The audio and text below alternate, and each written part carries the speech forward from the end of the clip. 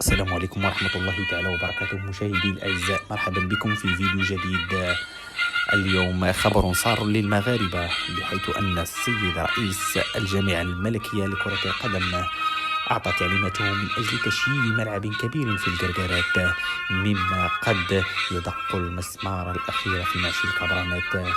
وأعطى السيد فوج القجع تعليماته من أجل بناء هذا الملعب الكبير، الذي من غير المستبعد أن تستضيف مباريات المنتخب المغربي الوطني لكرة القدم في جميع فئاته العمرية، وأيضا في كل الفرق الوطنية التي تنتمي سواء للقسم الوطني الأول أو للقسم الهواة فرقنا بالمناطق الجنوبية.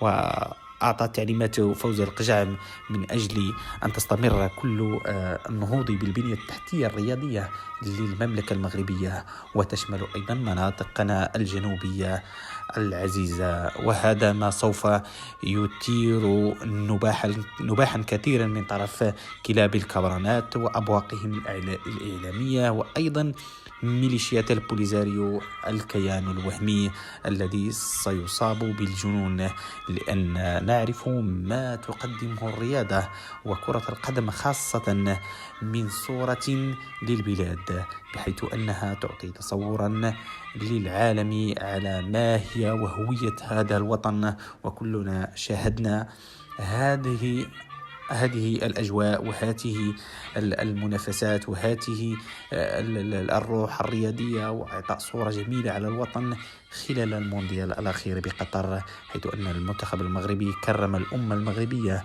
وأيضا أثبت على أننا متشبتين بديننا ومتشبتين بالتعاليم الدينية من بر الوالدين وإلى غير ذلك.